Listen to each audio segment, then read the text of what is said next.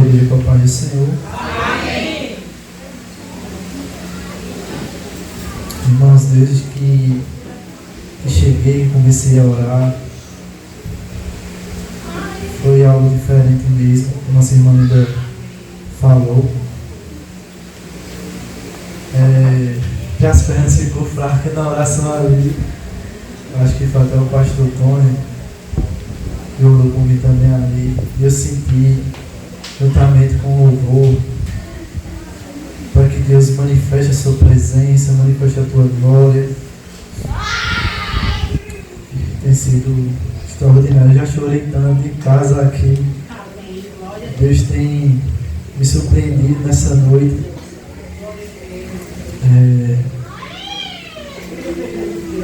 Tem algo extraordinário. Depois de que Deus tem me tocado, tem me transformado, eu só vim experimentando coisas boas do Senhor. Quando eu recebi o convite de trazer a palavra nessa noite, acho que foi um mês atrás. E a irmã, olha, Deus vai lhe usar. E realmente, vai ser algo tremendo, extraordinário. E já comecei a planejar na minha mente como é que seria a minha busca, como é que seria a minha preparação, momentos de orações todos os dias, de jejuns durante a semana. Eu planejei na minha mente como é que seria. Mas todos os dias foi uma luta. No meu trabalho, eu tentando estudar, e estudando, buscando, e aquela guerra na minha mente, eu sem entender nada, os dias se passando. Eu já vim amar a pregação, né? Eu já vim me mostrar, só faltou estruturar ela. E aí o inimigo começou a se levantar. Quando Deus ele vai falar com a gente, irmãos, realmente é uma guerra. A gente sente que vai acontecer algo, quando vai acontecer algo grande, que o inimigo realmente vai se levantar. Porque ele não quer que nós se alimentemos, né, da sua palavra. Ele não quer que o alimento sólido chegue até a gente. Então o que ele puder fazer para nos parar, ele vai fazer, ele vai tentar. E desses últimos 3 dias eu vi na minha cabeça, não, me preparar, intensificar ainda mais a minha busca. Mas aí ele se levantou dentro da minha casa, de uma forma que eu já sabia que ia acontecer. E quando se levantou dentro do meu coração, eu fiquei em paz. Me estressei no começo, mas eu fiquei em paz dentro do meu coração, porque eu sabia que era algo espiritual. E hoje novamente, mas Deus ele é tremendo, ele me segurou, porque se fosse em outro momento, irmãos, eu não estaria aqui hoje. Eu não teria vindo, mas dentro do meu coração, não, eu coloquei dentro do meu coração de ser fiel a Deus, de concluir aquilo que Ele me chamou. E eu estou aqui hoje para glorificar o nome dEle. E assim não foi à toa, né? Hoje, nessa noite, parece que eu estou recebendo uma porção do profeta Jeremias, só para chorar. Eu acho que é Jeremias que é chamado do profeta chorando, né? E eu me senti tremendamente. E eu quero compartilhar isso com os irmãos. Eu vou tentar ser o mais breve possível. Acho que eu já estou um pouco mais relaxado aqui, porque não é fácil. Apesar de ser irmãos, né, todos aqui, mas não é fácil estar aqui na frente. E eu espero que cada um de vocês possa prestar bastante atenção. Porque para mim, irmãos, eu já preguei várias vezes, mas hoje acho que é a pregação mais importante que eu vou pregar na minha vida.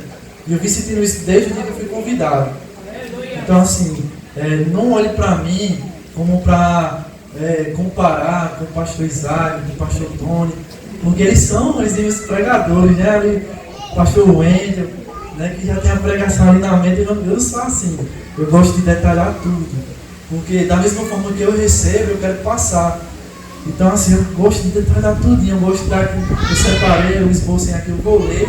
E assim, espero que vocês estejam no mesmo espírito, ouçam. E eu vinha na minha cabeça pensando, eu vou orar para que o Espírito Santo quebrante os corações, as mentes, Mas ele já fez isso desde o começo do culto, irmãos. Se vocês soubessem que o que eu presenciei, né, nesse momento de estudo, nesse momento de trazer a palavra, e que o Espírito Santo deslinchou aqui a pregação durante o culto, cada momento de louvor, cada momento de oração, era um pedacinho da pregação, irmãos. E aconteceu algumas vezes quando eu pregar, eu vejo o Espírito Santo agindo assim, de que o culto em si ia de conformidade com a palavra que eu ia trazer. Então hoje não é diferente, e eu presenciei isso. Então, para não demorar mais, né? Em Colossenses capítulo 4, versículo 2 ao 4, quem puder abrir para acompanhar. Colossenses capítulo 4, versículo 2 ao 4.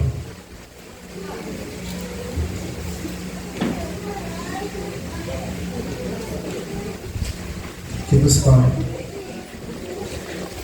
perseverai na oração, vigiando com ações de graças. Suplicai ao mesmo tempo também por nós, para que Deus nos abra a porta à palavra, a fim de falarmos do mistério de Cristo, pelo qual também estou algemado, para que eu o manifeste como devo fazer. Amém? Poder sentar.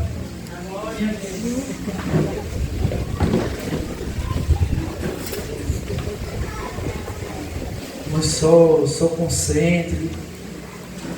Deixe o Espírito Santo falar com vocês da mesma forma que ele falou comigo. Só concentre. Pensamos que a vida cristã é somente isso.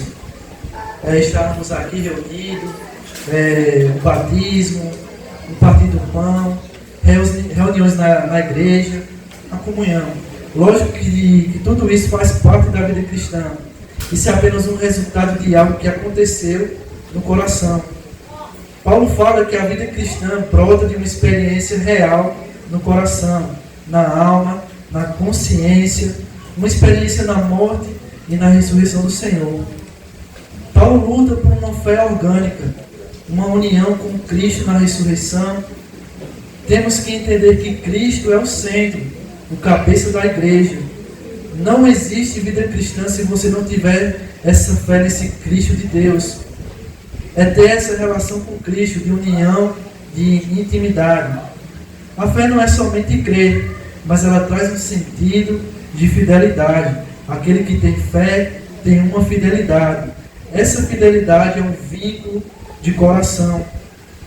A consciência daquele que crê está vinculada ao coração de Deus. Essa verdade, ao ser revelada em seu coração, ela vai iluminando ao ponto de criar laços em seu coração de amor, laços de fidelidade, de obediência, com a verdade que é Cristo. Isso é algo raro hoje em dia. Quando Paulo fala aqui, perseverar na oração, vigiando com ações de graça, suplicar ao mesmo tempo também por nós, para que Deus nos abra a porta da palavra, a fim de falarmos do mistério de Cristo, pelo qual estou também algemado, para que eu manifeste como ele fazer. Paulo coloca aqui a oração como um princípio da vida cristã, não como um mero rito, mas como um coração vinculado organicamente à verdade de Deus. Ele clama constantemente pelo cumprimento de toda a verdade de Deus. Em um certo momento, os discípulos pedem a Jesus para os ensinar a orar, que está em Lucas capítulo 11, versículo 1. Pense comigo. Porque os discípulos pediriam a Jesus para os ensinar a orar, se isso era uma prática constante dos judeus, de jejuar e de orar. Como a gente vai poder ver também em Lucas 18, versículo 10, o Jesus pedindo que isso era uma prática. E a resposta de Jesus aos seus discípulos foi: quando for orar, orareis assim: Pai nosso que estás no céu, santificado seja o vosso nome, venha a nós o vosso reino. Resumida a oração do Pai Nosso que a gente conhece. E essa oração hoje é interpretada de maneira até equivocada por muitos. A gente vai ver que muitas pessoas se reúnem, mas não têm a noção do qual o sentido da oração do Pai Nosso.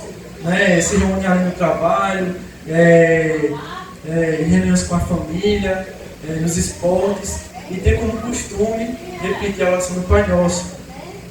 E não tem um real sentido do significado dessa oração. A oração é um vínculo do coração daquele que ora com a verdade eterna de Deus. Ou seja, Jesus fala assim: Pai Nosso que estás no céu. É uma invocação ao Deus eterno. E aqui começa uma série de 3 repetições. Ele diz: santificado seja o teu nome. Venha o teu reino. Faça a tua vontade. Esses 3 primeiros pedidos logo demonstram que aquele que ora busca em primeiro lugar o cumprimento da vontade de Deus. Não é essas orações que ouvimos ou que estamos acostumados a ver, que começam orando pelo pai, pela mãe, pela família e por aí vai, até os últimos pedidos, onde se pede uma casa, um carro. E a gente vê as orações mais ou menos assim. E a gente vê que na oração fala da santificação do nome do Pai. Por saber que o nome do Pai é profanado quando o nome de Deus foi feito comum pelas pessoas, ao ponto de zombarem do seu santo nome, de escarnecerem e de descrerem no nome de Deus. Em Apocalipse, capítulo 4, versículo 8, nos revela que os 4 seres viventes não têm descanso nem de dia nem de noite, proclamando: Santo, Santo, Santo é o Senhor Deus Todo-Poderoso.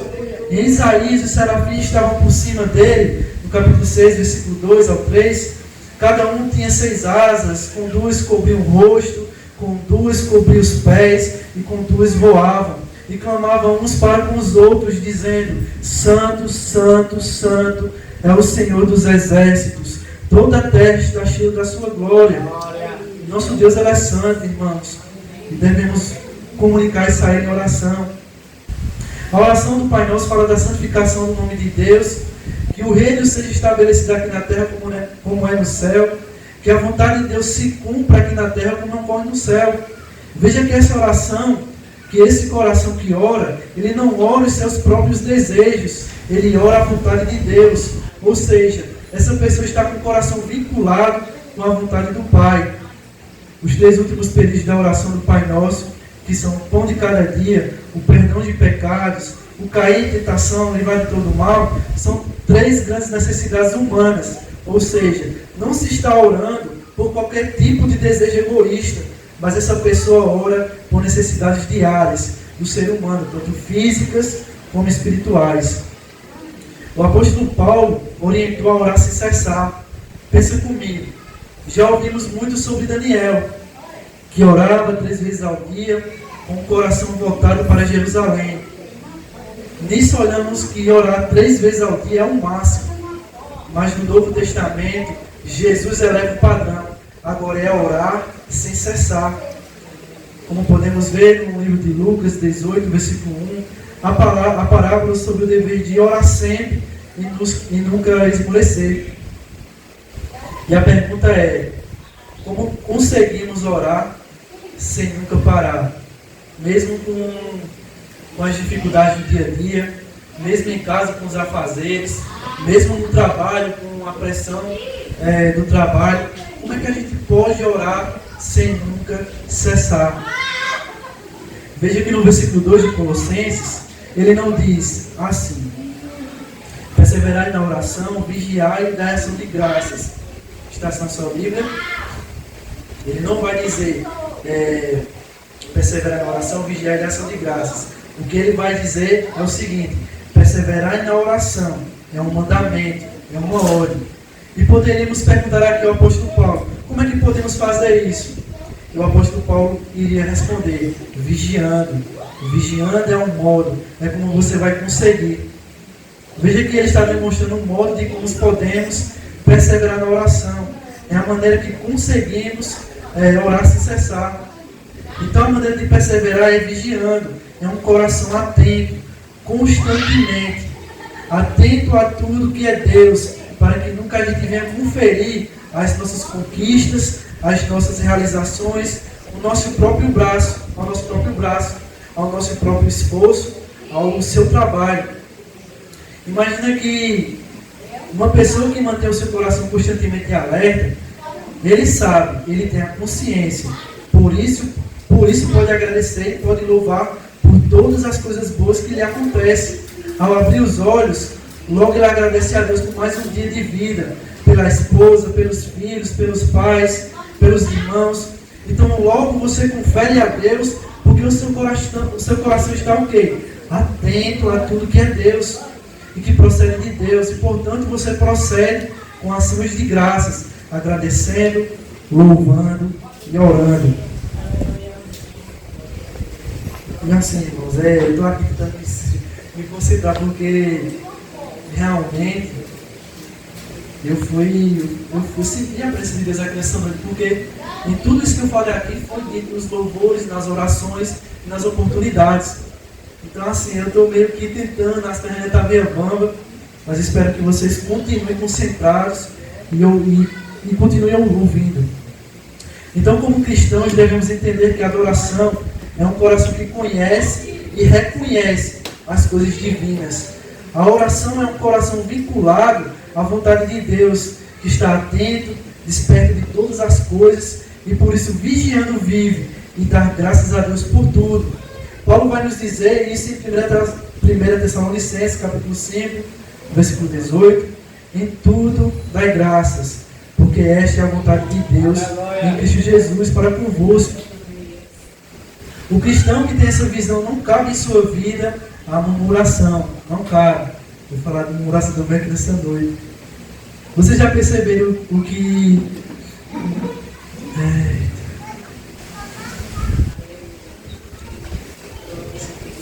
Muitos pecados são criados, e se perguntarmos qual a base para afirmar que essas coisas são pecados.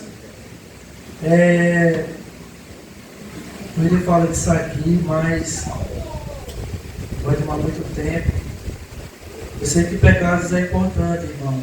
Só que o que Deus colocou no meu coração foi trazer uma palavra para que vocês venham ser reavivados, para que vocês venham ter noção de oração, de busca e de chamado. E assim, eu estudei muito para se passar mais de uma hora, só que eu tentei resumir para que a gente seja breve e termine rápido, porque a gente já se alimentou muito. Eu vou só tentar mais um pouquinho.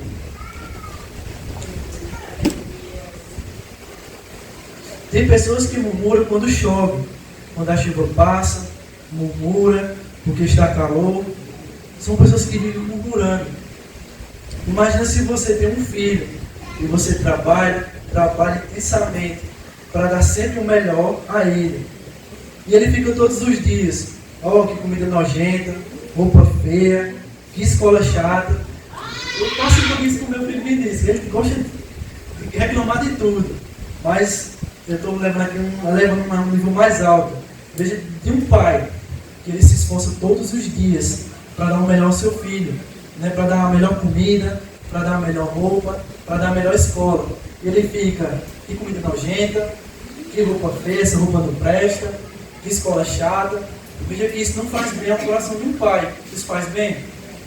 Não faz. E fica sempre murmurando pelo que recebe dos pais. Eu coloco nesse sentido porque Deus nos dá todas as coisas que são necessárias. Até as tribulações são necessárias, irmãos. Muitas vezes não compreendemos. Lógico que não queremos passar por tribulações nem sofrimento, mas se observarmos, até o sofrimento coopera para o nosso bem. Paulo diz em Romanos capítulo 8, versículo 26 e 27, o seguinte: também o Espírito Santo, semelhantemente, nos assiste em nossa fraqueza, porque não sabemos orar como convém, mas o mesmo Espírito intercede por nós sobremaneira, com gemidos inexprimíveis. E aquele que sonda os corações sabe qual é a mente do Espírito, porque segundo a vontade de Deus é que ele intercede pelos santos.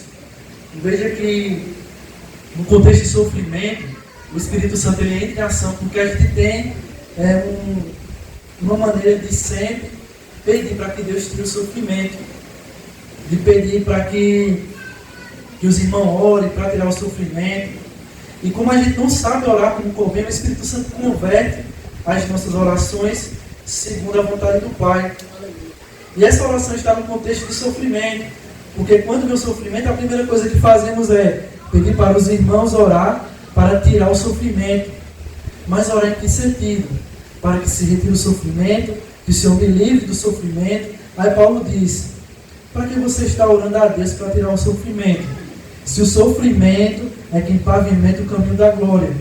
O sofrimento nos purifica, no sentido de quebrantar, no sentido do sofrimento, como diz lá em Deuteronômio capítulo 8, versículo 2, ele fala, recordar-te-ás de todo o caminho pelo qual o Senhor, teu Deus, te guiou no deserto, esses 40 anos, para te humilhar, para te provar, para saber o que estava no teu coração, se realmente guardarias ou não os seus mandamentos.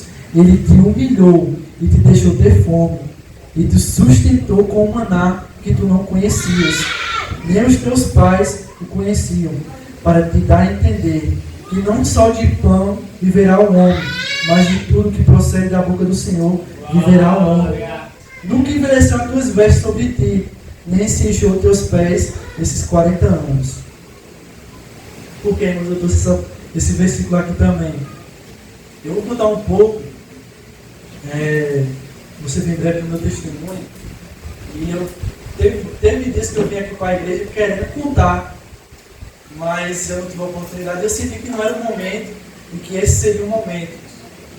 Irmãos, alguns aqui sabem que teve um momento no ano passado, até então eu estava com um carro que era o carro do meu sonho, era um HB20, carro novinho, e eu tive momentos de pegar minha família, viajar e desfrutar de ter um carro bom, de ter uma comida boa, de poder sair com os meus filhos e poder fazer o que eu nunca fiz, o que nunca meus pais puderam fazer por mim.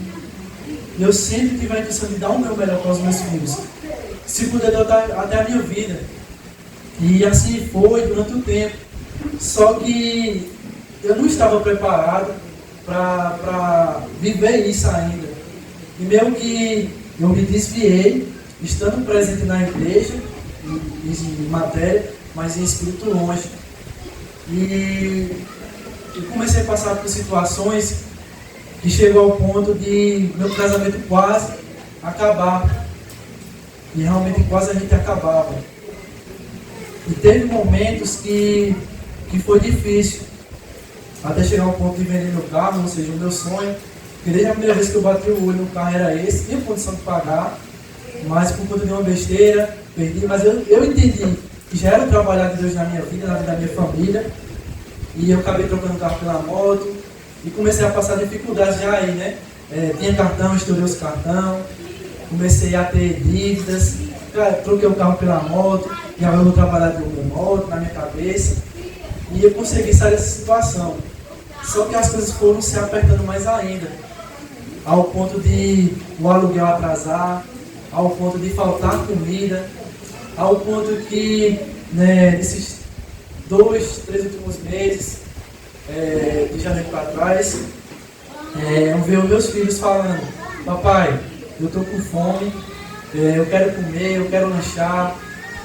E não tinha o que comer, mal estava ganhando para poder pagar as contas. E Deus ele colocou um pai e uma mãe a mais na minha vida, que é o meu sogro e que é minha sogra. Porque mesmo não tendo condições, eles acolhem a gente. Até hoje, irmãos, a gente vai almoçar na casa deles, eles passando por dificuldades também, tendo que manter a família deles, né, que também é minha família, a minha família, tendo Vitória, que está se casando, tendo Ingrid e William. E assim, eu não sei como é que eles conseguem fazer essa mágica, mas a gente sabe, né? Mas assim, eu não sei e assim, entre aspas, né? Mas sabe que é Deus trabalhando. E a gente tem vivido assim: almoça na casa da minha sogra, janta em casa, ou janta na casa da minha sogra. E eu trabalhando, se eu conseguia apurar o dinheiro da janta, ou de alguma necessidade básica, de um sabonete e tal. E a gente começou a passar aperto. Tudo foi se dificultando, dois aluguéis atrasados, papel de água e luz. E eu sou um cara que eu não gosto de dever nada a ninguém. E praticamente eu estava sendo humilhado, né? Coisa que eu não gosto é de dever a ninguém. E a gente começou a botar currículos, foram mais de 50 currículos, e ninguém chamava, nem para uma entrevistazinha sequer.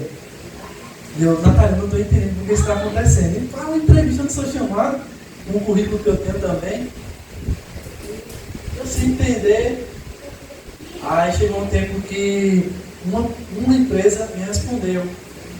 Só que ele disse, não, a gente não está precisando para agora.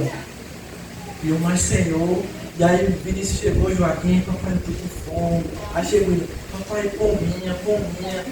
Isso dói no meu coração, porque acho que não só no meu coração, mas no coração de todo pai, de ver o seu filho falando isso. E você não tem condições de comprar um lanche, um alimento. E assim, irmão, eu praticamente não disse nada do que eu estava passando a ninguém. Porque eu sei que Deus estava me provando, Deus estava me testando. E eu, vamos orar. E aí comecei a orar uma parte de manhã, uma parte de tarde, uma parte de noite. E aí chegou, 3 dias que eu me falei a memória, um e-mail para mim, dizendo que eu fui selecionado, que eu passei para uma entrevista. E no meu coração eu já sabia, Deus falou comigo, é esse emprego que você vai ter. E nesse momento, eu comecei a orar ainda mais. Fui para a entrevista, na minha cabeça era só eu. E eu fui para a entrevista, uma entrevista online, quando eu abri lá o acesso, tinha 2 pessoas lá. E são 2 vagas, uma para Campina e uma para João Pessoa. Em João Pessoa tinha 2 pessoas e então em Campina só tinha eu. Já estaria mais confortável, né? Só que aí começou a entrar mais 10 pessoas, atrasadas, saíram. E ela fez, não, até então, vocês ficam aguardando agora para a próxima etapa. Na minha cabeça era só eu em Campina. E aí eu recebi a mensagem que eu passei para a próxima etapa, que é para fazer, é uma empresa de estacionamento. Era para fazer um teste de manobra com o carro. Quando eu cheguei lá, já tinha uma pessoa conversando com o coordenador. Eu já fiquei meio assim, né? Disse, não, mas se Deus tocou no meu coração, que é meu, é meu. Quando eu cheguei perto, entreguei o meu currículo para ele levar também, chegou mais 2 pessoas. Ou seja, eram 4 pessoas em Campina concorrendo para uma vaga. 4 pessoas capacitadas, 4 pessoas que também precisavam dessa vaga. E beleza, fiz aqui olhar que é só o intuito de saber se vocês realmente sabem dirigir. E aí eu fui para casa, né? Eu cheguei para Natália, aconteceu isso. Aí vim para o domingo aqui, o nosso irmão Emanuel estava pregando sobre aquela passagem de descansar em Cristo, que ele é humilde de coração. E ele trouxe essa palavra e eu descansei, né? Também recebi. Com 3 dias eu recebi uma mensagem no e-mail, que foi aprovado que a vaga era minha. E aí, não, antes disso, e aí 3 dias já assumi uma resposta, né? Eu, Natália, imagina aí, se eu recebesse a mensagem que foi aprovada. E eu comecei a sonhar, né? Praticamente sonhar, ter a visão de, na minha casa, na geladeira, que praticamente é vazia, né?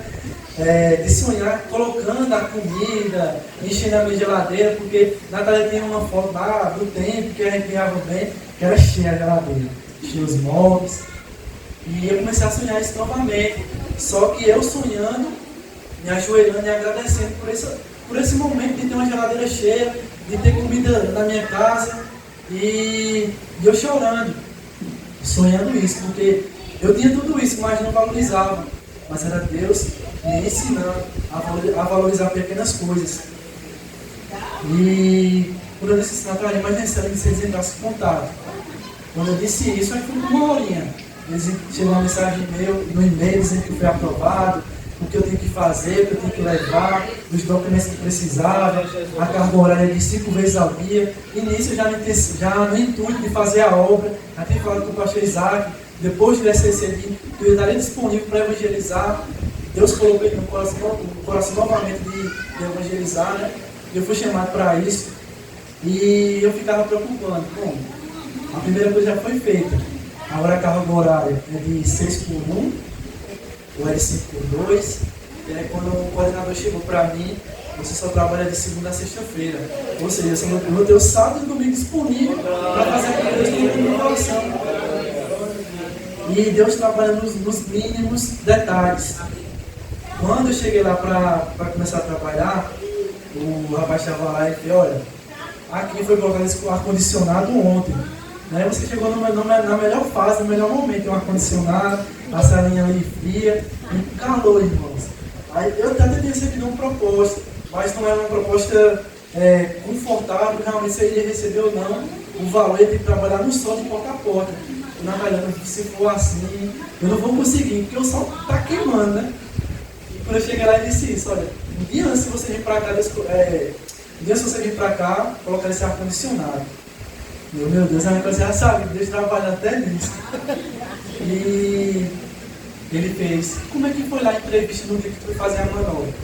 Tinha um rapaz lá que segurou o freio de mão, deu uma arrancada e tal, e começou a rir. Eu falei, não, todo mundo foi perfeito, todo mundo conseguiu fazer isso. Ele falou, não, pô, a gente chegou aqui dizendo que teve um que se enrolou lá, segurou o freio de mão. Eu falei, não. Aí ele fez, então foi outro processo que não deu certo, na semana passada. Aí eu já estava orando, buscando, eu já estava agindo do outro lado sem eu saber, o processo deu errado para que essa vaga fosse minha, irmãos. E eu entendi que Deus estava trabalhando até nos detalhes.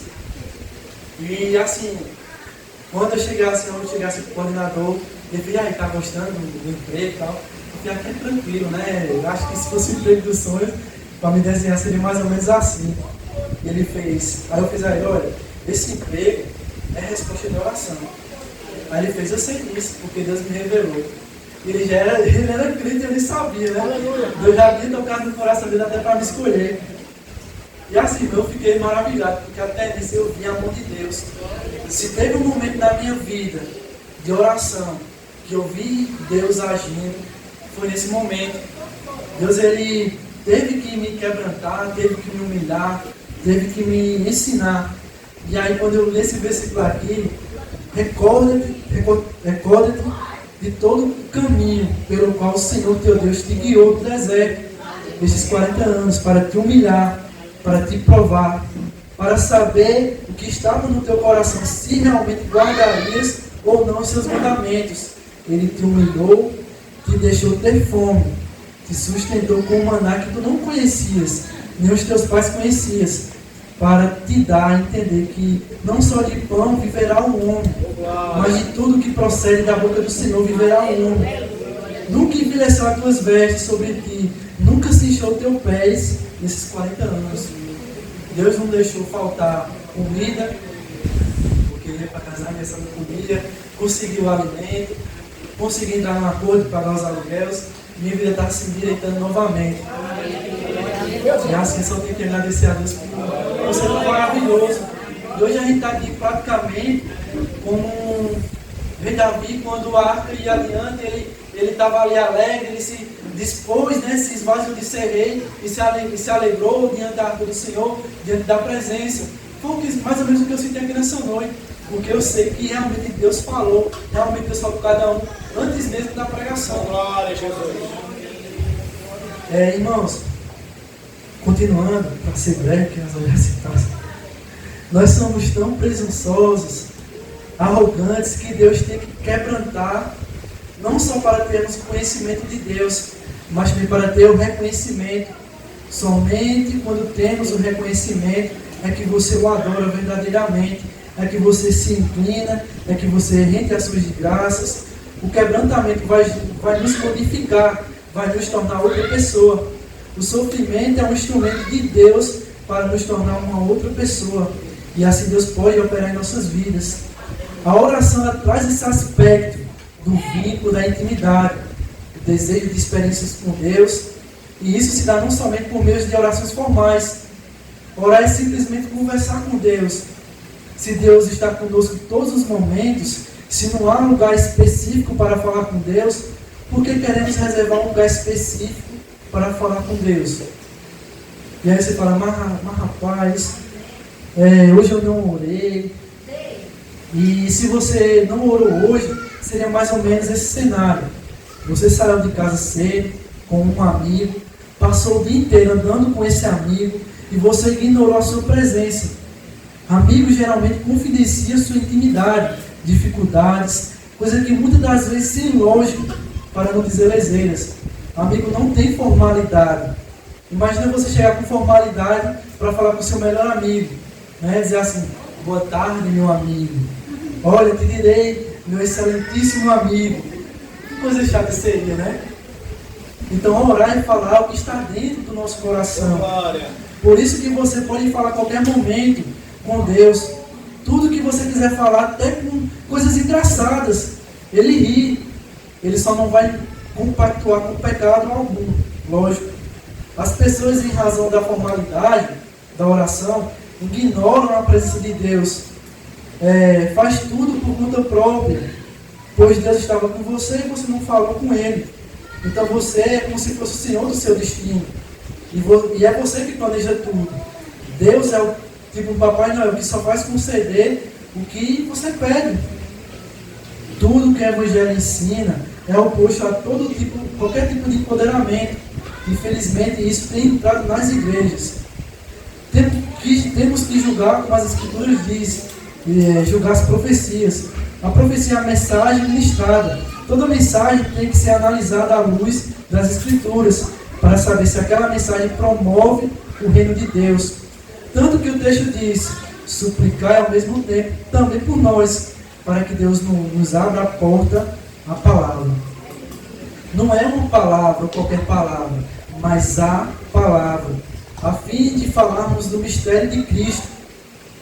Em outro lugar, para a gente já vai encerrar, viu?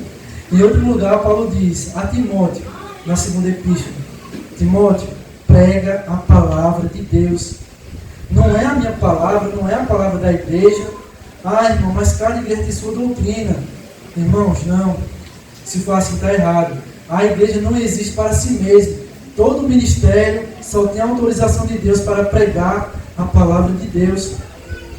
Pode ser bom o ambiente, sua família está toda ali, seus filhos envolvidos nas coisas ali, mas se não tem a palavra, não existe ministério.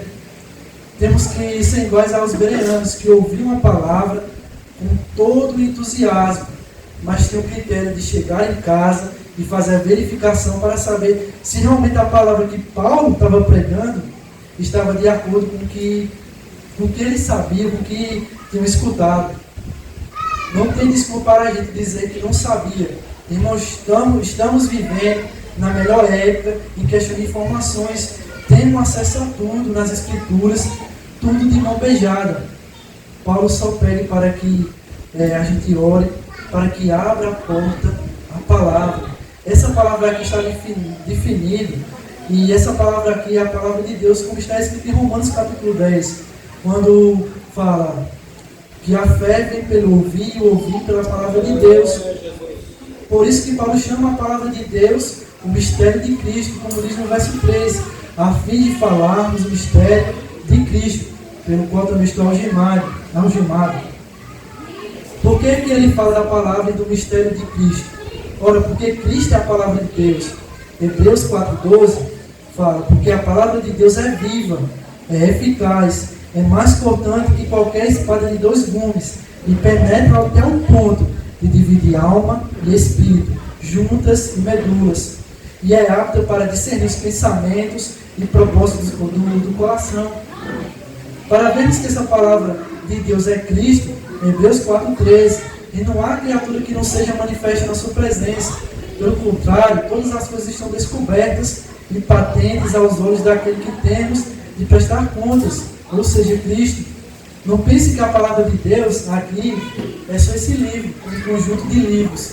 Como irmã Sara aqui na apresentação, né, jogou a Bíblia. E tem irmãos que não têm um conhecimento e falei que ela jogou a palavra de Deus no chão. Né? Como a gente vê muitas pessoas rasgando e queimando a Bíblia, colocando a Bíblia como a palavra de Deus. A palavra de Deus é Cristo, não tem como queimar Cristo, não tem como rasgar Cristo. Você pode até rasgar a Bíblia, mas Cristo não se rasga, Cristo não se queima. É impossível fazer isso.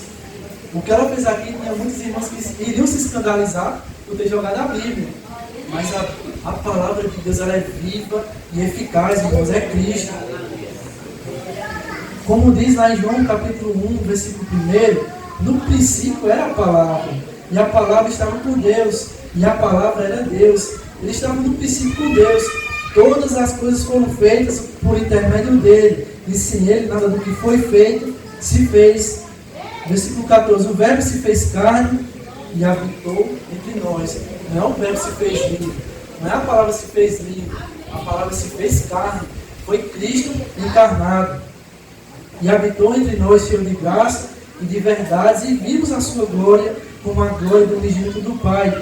Por isso que em João capítulo 19, em Apocalipse, João falou, no capítulo 19, está vestido com um manto de tinto de sangue, e o seu nome se chama Palavra de Deus, ou seja, o seu nome é a Palavra de Deus. Glória. Paulo nos diz, irmãos, ore para Deus abrir a porta à palavra, abrir a porta para Cristo, para Deus dar oportunidade ao apóstolo de anunciar a palavra, de pregar a palavra de Deus, ou seja, de anunciar o mistério de Deus, que é Cristo encarnado, o Cristo ressurreto, o Cristo que ascendeu aos céus, o Cristo que recebeu um nome que é acima de todo nome, o príncipe da paz, o Cristo glorificado, o Cristo exaltado, o Cristo poderoso. Então, se o ministério, a sua igreja, que está comprometido nesse serviço de anunciar, de pregar o mistério de Cristo, se tem compromisso, meu irmão, então ore, interceda, aqueles que ainda não intercedem pelo ministério de Deus, que prega a palavra de Deus, mas não tem em seu coração essa oração, mesmo que seja uma oração rápida, para que a palavra seja aberta, seja exposta. Se você não ora dessa forma, nem que seja de uma maneira rápida, mas porque ainda não está vinculado com essa verdade. Vocês entendem como é sério a coisa? Temos que orar ao Senhor para nos dar um coração vinculado à verdade, um coração que tenha fidelidade à verdade. Temos que orar constantemente para abrir a porta à tua palavra. Se o ministério que estamos aqui não se preocupar em anunciar esta verdade, estará igual aos ministérios desse país, como o Ministério da Educação, como o Ministro da Saúde. Independente de lado A ou lado B, a gente vê que há uma falta, há um investimento. Se a igreja não se importar dessa maneira, de se preocupar de fazer com excelência, a gente vai igual a esses ministérios, esses ministros, que se dizem ministros, a gente vai ter igual a eles. Devemos colocar nossa vida para o serviço de Deus, para que se realize conforme Paulo fala. Em 2 Coríntios fala sobre muitos os ministros da nova aliança, que somos nós, não com a letra, mas ele fala do Espírito, da vida. A igreja é algo muito sério. É preciso estarmos atentos ao mistério. O ministério é algo que é sério.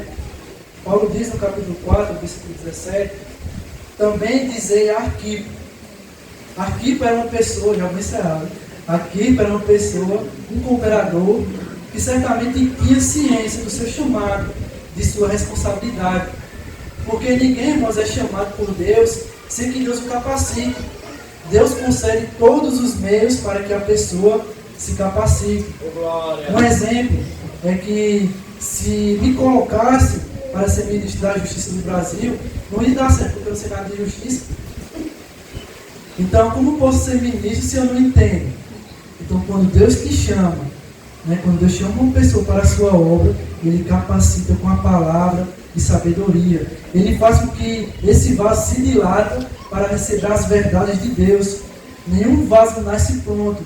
O maior vaso que conheci na Escritura é o apóstolo Paulo, que de pequeno não tinha nada. Ele era um grande homem, recebeu grandes revelações, ele teve que ser formado em Deus. O tempo que ele passou no deserto sendo ensinado pelo Espírito Santo. Então, isso mostra que quando Deus chama, Ele capacita. E Deus dá graça para cumprir esse ministério.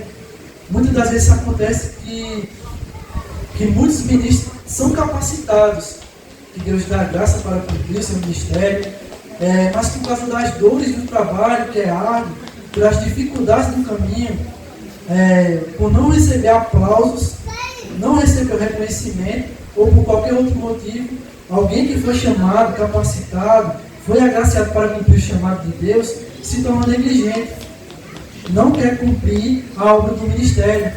Podemos ver até exemplos de pessoas que a gente conversando com eles vão falar: irmão, já sofri tanto, já apanhei tanto naquela igreja, agora eu só quero sentar aqui, ficar quietinho e ouvir, não quero mais me envolver com gente. Eu já ouvi falar muito sobre isso nas igrejas, de pessoas que receberam o dom, receberam o chamado, mas não querem exercer. Cansou, ou seja porque não recebeu oportunidades, ou seja porque foi maltratado e não quer mais fazer aquilo que Deus chamou. Quer chegar aqui, quer sentar e tá bom, quero só ouvir, quero só adorar. Irmãos, Deus não te chamou só para isso. Deus te chamou para ganhar almas. E ele fala, dizer a Arquipo, atenta para o ministério que recebeste do Senhor para cumprir. Paulo, ele praticamente exorta esse homem Arquipo para ele cumprir o chamado. Irmão, Deus te chamou, Ele confiou em você, Ele te habilitou, te deu graça, e agora Ele está esperando que você promova o reino. Afinal, você foi escolhido de Deus para esse fim. É preciso que haja essa disposição. Quando Paulo escreve a Timóteo, por exemplo, Paulo escreve num tempo de crise, talvez o maior tempo de crise que Paulo já passou. Ele escreveu sobretudo a segunda epístola a Timóteo, porque ele via a apostasia à porta. Ele estava preso, ele tinha sido abandonado pela maioria dos seus cooperadores, ia ser decapitado, degolado, iria ser morto. Ele olha para um lado, ele olha para o outro lado, não vê saída. Aí ele lembra de Timóteo, escreve depois a Timóteo. Mas ele sabe que Timóteo está vivendo um momento de medo. Timóteo era jovem, era tímido, não sabia, não no sentido de falar, ele era no sentido de falar, mas timidez no sentido diante da responsabilidade, de estar com medo, de não estar acreditando muito nos resultados. Afinal, Paulo estava preso e ia morrer. E olhando a situação, vendo que o resultado não era esse resultado todo. Então ele diz a Timóteo, naquele momento de fraqueza e timidez, Paulo fala, olha, reaviva o dom que há em ti, porque Deus não te deu espírito de covardia, nem de medo, nem de timidez, mas de poder e de força no Espírito Santo. Levanta, bora retomar essa atividade. Irmãos, estamos vivendo como nesse tempo de Paulo, porque muita gente tem desagregado. Nesse texto aqui vemos que Arquipo estava cumprindo o ministério, não estava cumprindo o ministério, estava negligenciando, ele estava cansado, tímido. Também no versículo 14 ele fala de Demas. Em Colossenses ele fala saudando Demas, mas em 2 Timóteo ele fala que Demas, o seu cooperador, o abandonou por amar o presente século. Hoje estamos praticamente assim. Ministros são chamados, capacitados, recebem o dom da graça, mas não querem cumprir com vigor o seu chamado. Irmãos, é urgente. Deus quer levantar os Timóteos, os Epáfras, os Lucas, os Arquipos. É tempo de Deus levantar homens e mulheres, um grupo de cooperadores que possam doar os seus corações, um grupo de pessoas que possam doar os seus tempos, os seus recursos, as suas habilidades para a promoção do ministério de Deus. O tempo que vivemos hoje é tão difícil como o tempo de Paulo, quando ele escreveu a Timóteo. Hoje nós vemos a apostasia iminente, nós vemos o retrocesso de inúmeros cooperadores, nós vemos a palavra precisando de uma porta para ser proclamada. Enfim, eu encerro aqui só para finalizar de vez. A gente viu que na peça aqui vimos uma guerra espiritual.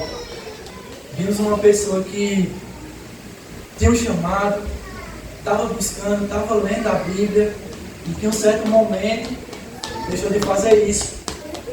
E a gente vê que o maligno ele vem para destruir, ele vem para assolar, mas a gente vê também que quando a gente se arrepende e deixa Deus falar conosco, ele faz algo extraordinário. Amém, irmãos? Que a gente deve pensar, meditar nisso. Você tem um chamado. Eu sei que Deus falou tremendamente com vocês, nos louvores, nas orações, nas oportunidades, e na pregação não foi diferente. Você tem um chamado, você é um escolhido. Então, dê seu tempo a Deus, entregue seu coração, dê o seu melhor na obra. Aqui é só um culto, é só um domingo à noite, mas vai ter as terças, as quintas, e tem um mundo afora. Muitas pessoas reclamam porque não tem uma oportunidade na igreja. Mas se a gente fizer igual o João Wesley, João Welles também não tinha oportunidade na igreja. O que é que ele fazia? Ele ia para os cemitérios e pregava a palavra, e Deus derramou um avivamento. Então a gente tem um mundo aí afora para pregar também. Aqui é tudo guiado também na direção do Espírito Santo. Então, assim, se você não teve a oportunidade aqui, o seu chamado também é para fora, irmãos. Não é só dentro da igreja, não. Então, é isso que Deus colocou em meu coração. Vou passar para o nosso pastor para encerrar, amém? Eu agradeço a oportunidade, vamos louvar e alto nosso Senhor Jesus. Desculpa, irmão. Amém. Louvado seja o nosso Deus.